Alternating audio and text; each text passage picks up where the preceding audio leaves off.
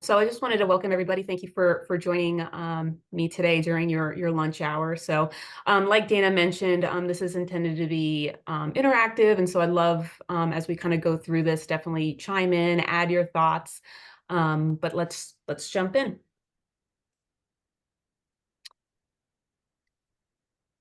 Okay, so super quick, who am I? And I just want to kind of give you a super high level about I am. So I am, I work for Lamb Weston. I worked for them as a contractor for about 3 years, and then they said, "Hey, why don't you join us full time?" So I joined them full time February of this year. I am also a Idaho Air National Guard First Sergeant for the 124th Aircraft Maintenance Squadron. And I've just shared some of my past experience there. I'll be tying some of my experience to the presentation as we move forward. About me as a person, I am married. I got 4 kids between me and my husband. They range from age 20 to 9. I volunteer for my daughter's soccer. I am their coach, and I do life coaching and fitness training on the side. And fun fact about me, I am a registered nurse as well. So I did some psychiatric and substance abuse nursing during COVID. So that's just a little bit about me. Let's hop in. So first I wanted to talk about like why we're even talking about championing change and why it's important. As project managers, being in the PMO, I honestly think we have one of the hardest yet most impactful, rewarding roles in an organization. You know, we're tasked to deliver projects, programs, portfolios, you name it, and we bring organizations from past to future states. Along the way, we are cheerleaders, we're advocates, we're support models, and we're the face of the project. Many times we have like no authoritative power or control over, project contributors and stakeholders, all of which that impact our efforts. So we need to tap into some of those more softer skills where we need to utilize our ability to motivate, support, and align teams. We're constantly driving alignment, helping teams to recalibrate, helping them to instill those constant reminders of what the vision is for our project. We're also that constant reminder of why, the why behind major initiatives in companies, in agencies and corporations, many of which are considered major transformations. So a few call outs I wanted to expand on and just ensure that we're aligned before we dive in is understanding that, project management, it's an art first, and then a science. You can't implement a project if you don't have that project team set on a goal and an overall vision. That goal and that vision is, that's where the PM is really tasked on reminding folks like why we're doing what we're doing. When we talk about the art of project management, what comes to my mind is the humanistic side of things, right? How we're tapping into the hearts of our project team members and understanding their struggles, finding ways to ignite that dedication that we need from them, and also being that overall support champion for our project. And when we talk about like the science side of project management, right? There is a huge scientific component of it, right? When you think about it, I don't know if you guys have that one PM that you know of, through your experience where you're like, wow, this person is just, super organized. They have the best project plan you've ever seen. They follow industry best practices to the T. When I think of the science of project management, that's more of kind of where that resonates, at least on my end and where I'm thinking about that. When we talk about why championing change is important, I think it's important to note when we're going through projects, we are implementing change from one degree or another. Might be small impact, it might be major impact. According to McKinsey and Company, 70% of organizational transformations, they fail.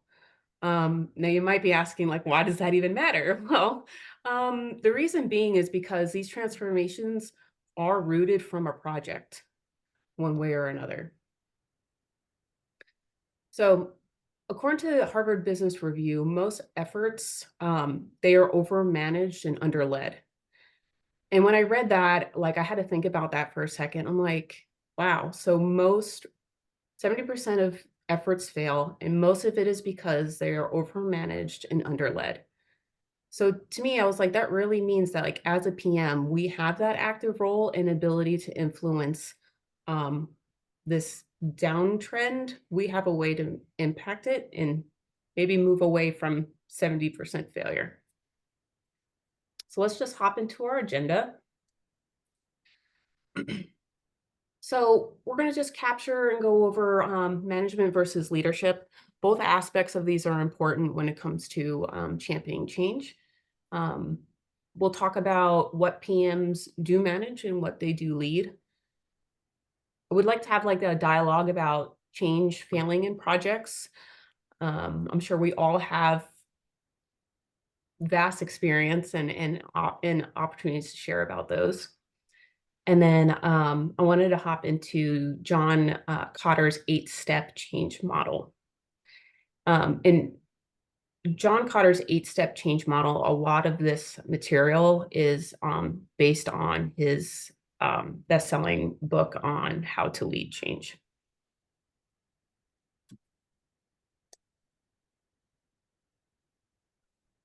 So sorry, one second. There we go. Okay, there we go. So in projects, we need both management and leadership to drive change. When we talk about driving change, it's not about just getting people through the change and then walking away, right? It's about getting them to successfully accept the change and then adopt to the change long term. Competent management of change is important. It ensures that transformation processes are within control. So having management from a project change perspective is important. But we also need leadership. And that is the biggest challenge. When we're leading change, it's only through leadership that can we really break those sources of corporate inertia. What that means is the resistance, the people that sit and say, oh, this will never work, right? We'll go into some more details about that. But it's only leadership that can motivate the actions of others and give them a need to alter their behavior. So according to John Kotter, PMOs are still the most commonly used vehicles to drive significant change efforts. However, they don't have sufficient power or the organizational position to be the only champion of change. So I'd like to take a moment and just talk about, management versus leadership from an organizational perspective. So when we talk about management is that set of processes that keeps like a system continuously going forward and running smoothly, avoiding deviations from the process. Leadership is what helps define that future state, what things should look like. That's where vision and strategy and that art of inspiring others to move to that future state, that's where those type of skills come into place. When there's a strong management focus and not leadership, just in an organization overall, there are tendencies for bureaucracy and inward focusing to occur. What that means is people can end up being micromanaged. There's teams that don't work cohesively together. this actually does end up crippling an organization, and it instills complacency when management is way, way more dominant than leadership is in an organization. And when that happens, it is very, very, very difficult to move through change because trust is absent. And being able to get people to align on a vision and purpose is significantly more challenging when there's a very strong emphasis on management. So let's talk about, from project managers, what are the things that we lead and we manage? So we lead people and projects by influencing and supporting appropriate motivations and behaviors for our projects. The science of structured project management discipline, implementing best practices as we build out our tasks, our budget, our forecasts, our timelines. We all know, hey, what does a good timeline or forecast look like? But the art of tapping into the hearts of our project contributors and stakeholders, we do that so that helps set the stage why supporting the project, championing the change that we're going through is important. So when we've talked about what PMs manage and lead. We've talked about, hey, there's definitely a distinction between management, leadership, how if you have too much management, that can create an environment where it's really difficult to implement trust and change. And then we talked about why change is important and how many of them fail. And so I would like to have that conversation to talk as a group. Like, I'm very curious to hear what you guys have to say. Like, why do you guys think change fails in projects? And feel free to use the chat or raise your hand, and we can unmute you, and let's have a dialogue.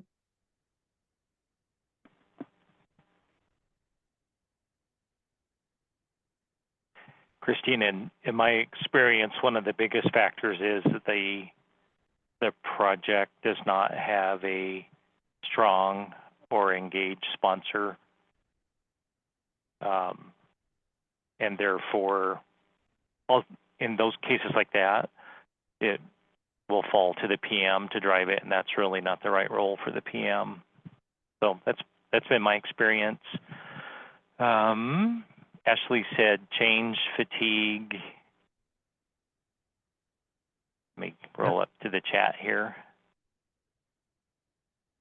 Change fatigue, overwhelming, not enough buy-in. Mm-hmm. Kristen says, I found change fails when the future owner, the business owners, are not fully on board or aligned. Yep, agreed. Don't see the value of the change. Failed communications.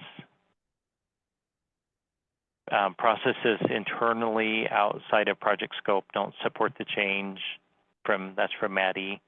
Robbie said teams being told what to do without being inspired to make changes. Absolutely. And I really appreciate everyone's contribution, and I can definitely relate to that. I think that those are all really great points, and I think it'd be great. We can dive into John Kotter's top reasons why change fails. So some of these things you guys already mentioned and talked about, right? No trust, no teamwork, processes don't work. There's not autonomy or empowerment for others to execute the change. As I looked through these lists, this list particular, I was like, wow, some of these things really resonate back to outputs or outcomes of when you have too much management and not enough leadership. When we pull these things apart and discuss them, inward focused cultures, just for example, that's when you have individual teams who have their own identity, but they don't identify as a holistic whole of the organization. they'll have their own ways of working. They have a small circle of trust within their own very small internal team. And sometimes that would cause like an us versus them mentality. Um, that also causes some rivalry and competition amongst the organization. Some examples Mm-hmm. I've seen is in previous lives, of course, as well. I've seen issues where it's IT versus the business. I've seen that.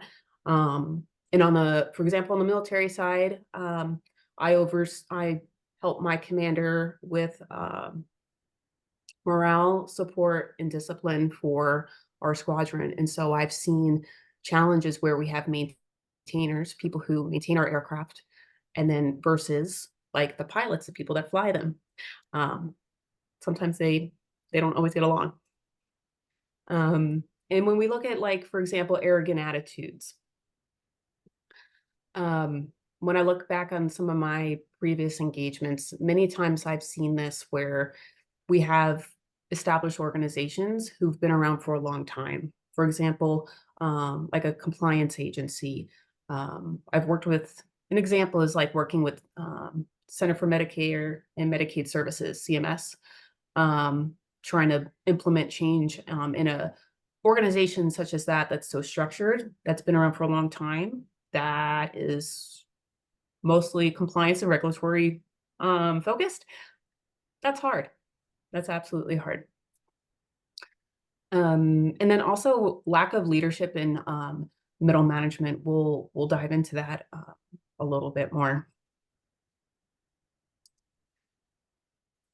So I also wanted to share with you because I thought it was interesting. John Kotter shared his thoughts and ideas as to why change fails. But I was also looking and I was like, I was wondering if anybody else had thoughts or ideas as to why change fails. Harvard Business Review is a resource for me, I've used in the past for just insight and opportunities to learn and grow. And when you look at this list, when I looked at this list as well, I saw that not only did it resonate with specific examples you guys gave, but it ties back to the 8 reasons why John Kotter identified that change fails. One of the ones, Brian, you mentioned is number 1, right? Not having that strategy. And strategy is actually mentioned 3 times in this list. It's 4 times maybe, but yeah, it's pretty significant. So we'll talk a little bit more about that, because this isn't just about, hey, like,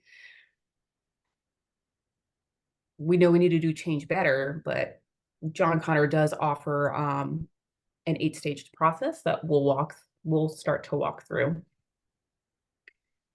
And so John Kotter's Leading Change publication, just for some background, it's been world renowned, recognized as a guide and a tool to use in leading transformational change. His ideas serve as as a visionary guide, and you can use the ideas shared as a part of your toolkit on how you approach the critical work of project management and implementing change. For this presentation, I'm going to focus on the first 3 steps of Kotter's 8 step change model. All the steps are imperative and equally as important. However, when I was thinking of time and some of the key areas to focus on, these first 3 steps that are just pointed out, these are the ones where actively as a PM, I see our role being critical and critical to in these steps. So I would like to also provide some context based on a transformational change that I helped lead and support while working for the Department of Defense. So super quick, we were on my slide, it mentioned that I was a work center supervisor. This was back in Barksdale, Louisiana, where after I separated from active duty, the Department of Defense came back and said, hey, we want you to come back. We have a challenge for you. And I'm like, okay, what is it? I'll come back, but what can I help with? They said, hey, we're going to decommission an entire aircraft team who worked on A-10s, and they said, hey, we need you to figure out a way to get these workers, these civilians, and get them to work on your aircraft, which was, I worked on B-52s. So to say, hey, we had a team of people who all they knew and understood was one airframe. They've done that for 20, 30 years. Some of these people were within 5 years of retiring. They were just told one day, hey, your plane is going away and you're going to move to a whole nother unit. You're going to learn a whole new plane. You're not going to know what you're doing. And you're going to have people who are significantly more junior than you teach you how to do your work. So that challenge was set in front of me and I welcomely accepted it. We'll dive into how that example can tie into some of these steps that I'm about to share with you. So our first step with championing change is creating that sense of urgency. If people don't have a reason to understand why it's important now, they're not going to do it. It's human behavior. They're just not going to do it. One of the biggest challenges with creating a sense of urgency is if you have one, that's always great. A lot of times we'll have, I think, from a technology perspective, hey, something's becoming end of life. From a regulatory perspective, hey, something is, we have a new regulatory requirement. This has to be done by this date. So if you have an urgency, using that urgency to create a sense of crisis helps break down complacency within an organization. What you're trying to do is you don't want to keep business as usual.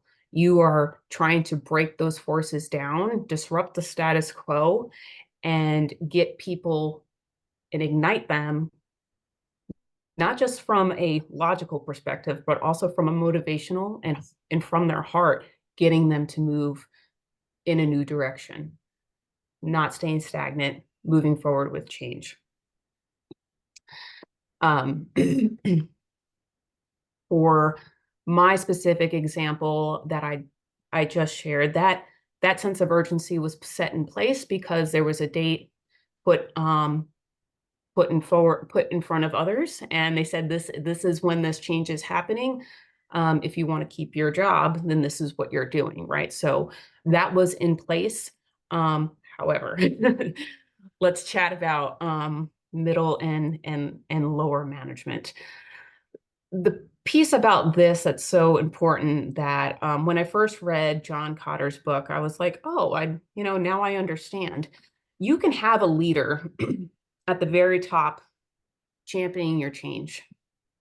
But if you don't have buy-in and support from middle and lower management, who are those key players who will oversee that affected unit when that change occurs, the change will fail.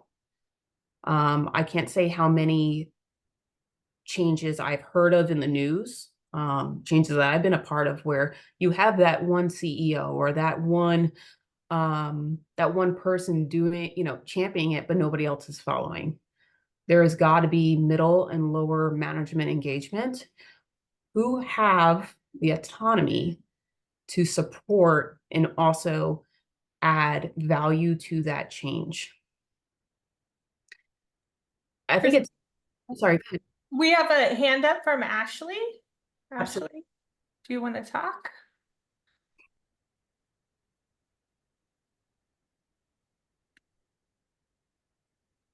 No? That was weird. I didn't raise my hand. Sorry, Oh, I don't know how that happened. I just wanted to make sure. I saw your hand up and I was like, okay. Oh, sorry. Thank you. Okay. Yeah, and if you guys do have questions, feel free to chime in and put your hand up, add to the chat. But I think we were touching on autonomy and why that piece was important. During the change that I was asked to put in place, it wasn't higher level leadership or management who would be able to bring these people together to say, hey, now you're part of a new work center and you need to figure out a way to work with them. It was me at that more middle management level, at that work center supervisor level, to say, hey, this is the vision, this is where we're going, this is how we're going to work as a team. We inherited, oh my goodness, probably close to 30 staff, most of which are seasoned professionals who knew nothing more than the one thing they focused on for the last 25 to 30 years. So when they gave me the autonomy, they gave me the empowerment to lead this new work center. When I look back, that was one of the biggest reasons why we were able to make this change be effective. And that needs, I mean, that all those pieces need to be in place in order for this sense of urgency and empowerment to happen at the appropriate levels. And So Kristina, I was going to comment on that middle and lower management. And in my experience at different organizations is that oftentimes, and I'd be curious if this has been the experience of others, that you know, a project or a project directive, project deliverables strategy will be communicated at the top, say at a vice president or director level. And sometimes that doesn't get communicated down through the various functional areas that you're working with on your project. And therefore, I've learned over the years just not to take for granted that it's going to get messaged, and have reached out to those that are in that middle and lower management that have team members working on the project to make sure I talk to them about their team's role and make sure that they're informed, make sure they're aligned, going to allocate time from their team members to participate. So don't take it for granted that the message is going to flow from the top down. yeah, absolutely. That's definitely a great point, Brian. And I think too, when we look at, if you guys do have the opportunity to look a little bit deeper at John Kotter's model, I mean, he's got his step 4 is all about communicating the vision.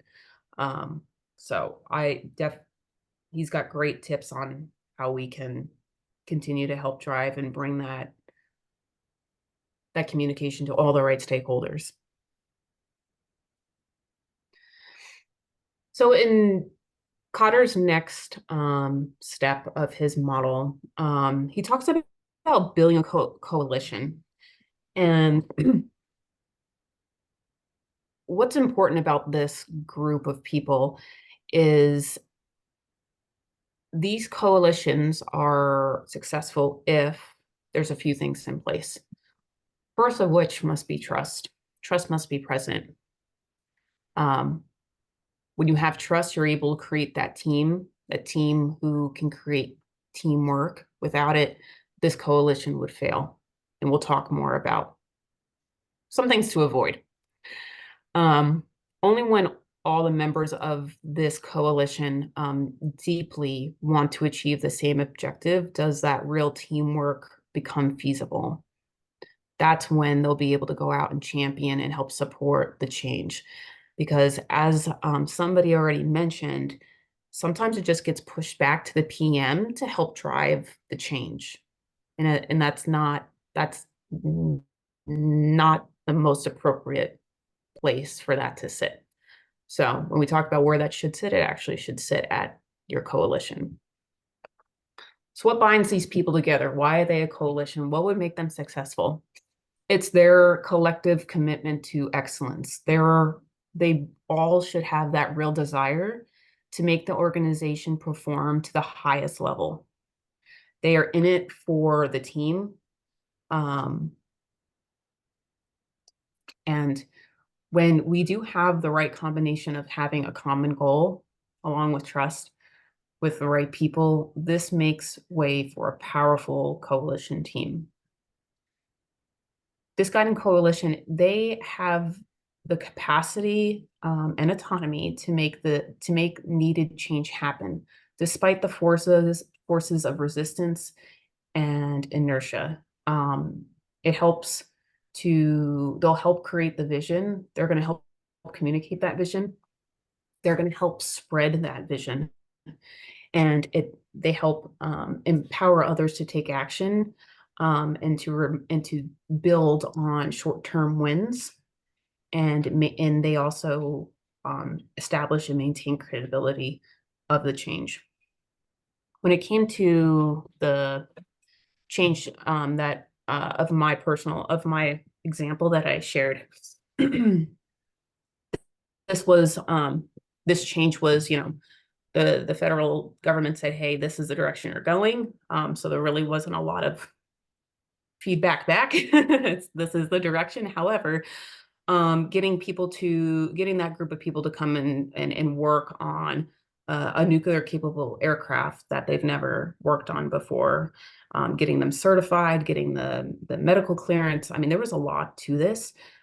Our coalition compiled of equal work center supervisors within their existing organization, myself, another work center supervisor in my organization, and then maybe one level above us from a leadership perspective, who we all shared that common goal and vision, which was to, hey, we have all these extra resources coming to help support our critical mission. How do we get them on our team? How do we get them to be fully trained up? And how do we get them to want to be here? Our coalition, we had a shared objective, and we all had these pieces: positional power, expertise, credibility, and leadership. All those were pretty important. So let's talk about some things to avoid when it comes to building a coalition. And this, I think, is just probably one of the most challenging things, because all organizations have politics, there's dynamics, there's relationships, there's a lot to this. So when you're building a coalition, somebody might be in a positional place of power. However, they are not the right person to have on the coalition. So these are just some things to avoid. And as a PM, this is where we need to be a smart change agent and say, hey, I understand this person sits here or whatever, but from a change perspective, this might not be best because, hey, we need these common things in place, right? That shared vision, everybody being on the same page about being a champion for what's best for the organization. So some things to avoid is big egos, and this is directly from John Kotter's from his material. So, but he specifically calls these out, and I don't think I need to go into too many details about why big egos could be an issue or a problem. As we articulated to before, you want a group of people who know how to work as a team. And all it takes is one. You get one person who is internally focused and not focused on the collective team that can bring this entire coalition down, and I've seen it happen. So individuals with big egos, despite their positional power, title, John Kotter's recommendation is to try to avoid that. And then another piece he points out, and he specifically calls these individuals, he calls them snakes. What that means is that those are people who would create enough mistrust to kill teamwork. Looking back on all my experience, I'm pretty sure there has been at least one person where I'm like, hey, I don't know if they intend to always bring people together. You want to avoid those people. You don't want them to be on your coalition. If you're able to spot out that, hey, they don't have the collective organization at heart, at the forefront of their mind, other people are going to see that. And this coalition is going to be the face of your change. You don't want the wrong face of your change tied to people who are known to kill teamwork and kill trust. So just some things to avoid. Hey, Christine, have you had experience on, going back to the snakes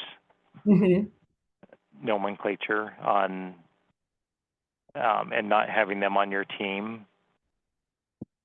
I have. And then, like, how do you get them strategies that you've had them removed from the team? Yeah. That just feels like a real challenge, but I'm just curious what your experience. Yeah. And others, if on the call, if you've got like ideas, that can be a real problem. I can share my example. So when I was working for the Department of Defense, I was a civilian during the week, a military member every weekend. But at the end of the day, there was rank, despite how you look at it. With that, there's significant challenges because people do have titles, and with titles come power, despite how people feel about things. What I was able to do, because we did have one person who, they're like, oh, I want to be a part of this. But they were known throughout the organization to, they weren't trusted. They weren't respected, despite where they sat. And it would have been detrimental to the team environment we were trying to build. We were like, we do not want that tied to this. And so what we ended up doing, we were able to have a conversation to say, hey, we really appreciate you wanting to contribute. But we were also lucky enough that there were other big occurrences within the organization happening. Didn't involve something like this, where we were able to work with leadership and say, hey, they want to be involved. We don't think this is the best fit. Are there other things that we can maybe tie them to, so we can continue to move forward and have the right people in place? And luckily, I had that leadership support above that person's level who understood what we were trying to avoid. I was very fortunate. That doesn't always happen. And sometimes if that's not in place, you might need to have those crucial, but honest conversations of, what is the best fit. And hopefully there is somebody else other than just the PM that has the visibility and the ability to speak, on the project's behalf to say, hey, this is what's best. How can we get leadership to help support the direction that we need to? Okay. Yeah. So just kind of confront it head on, and hopefully you have the leadership support. Yep. Okay. Thank you. Absolutely.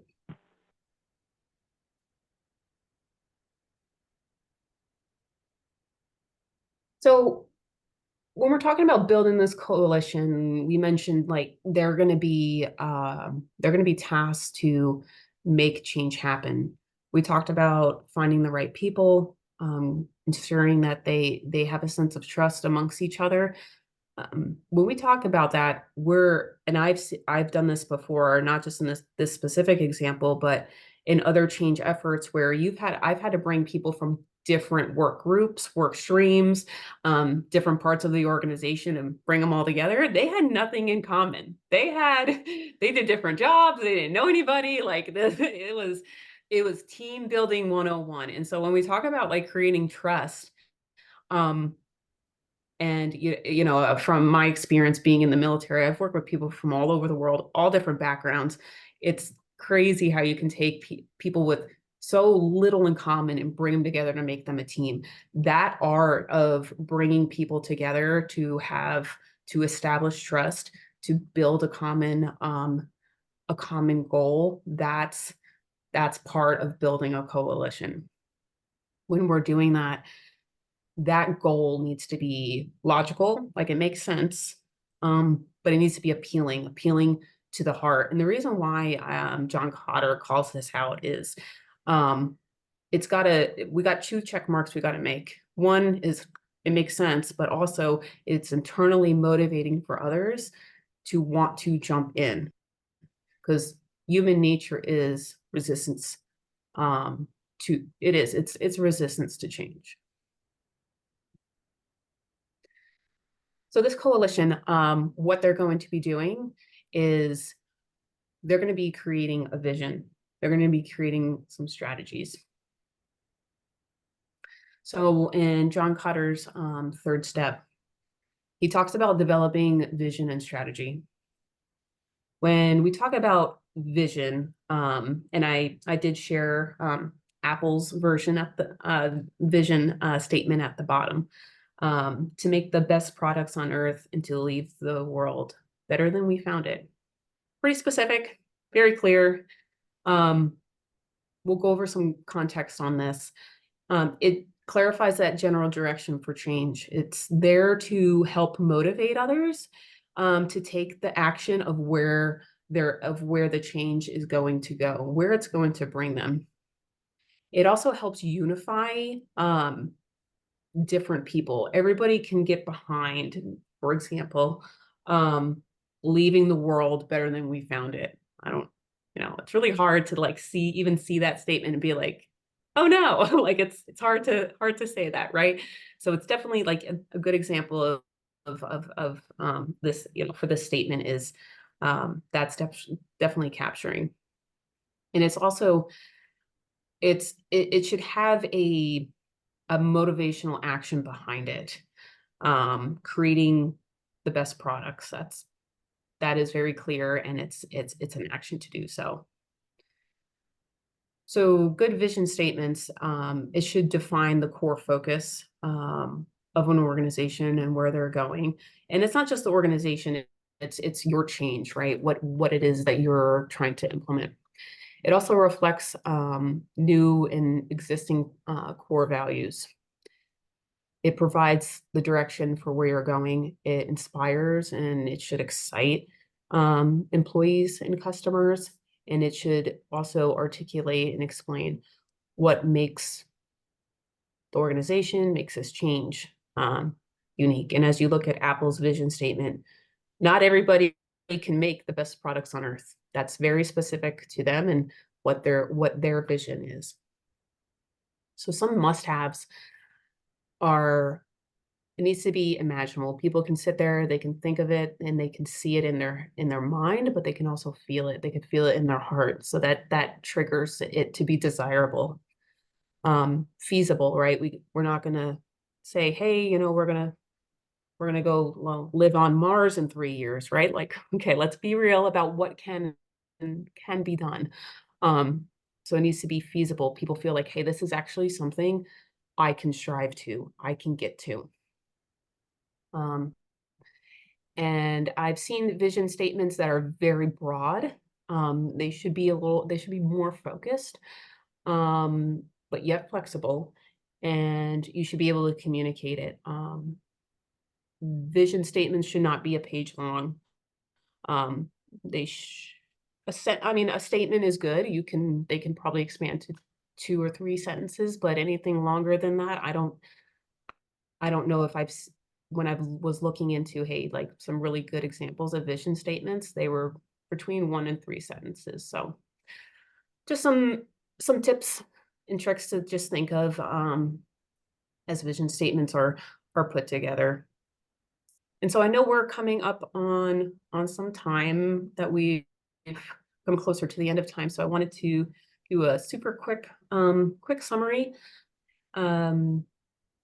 So as we've talked about managing projects, which of course includes people, it's hard.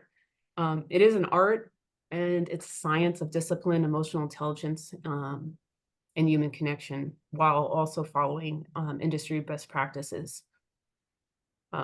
Leading change itself also, that is a challenge.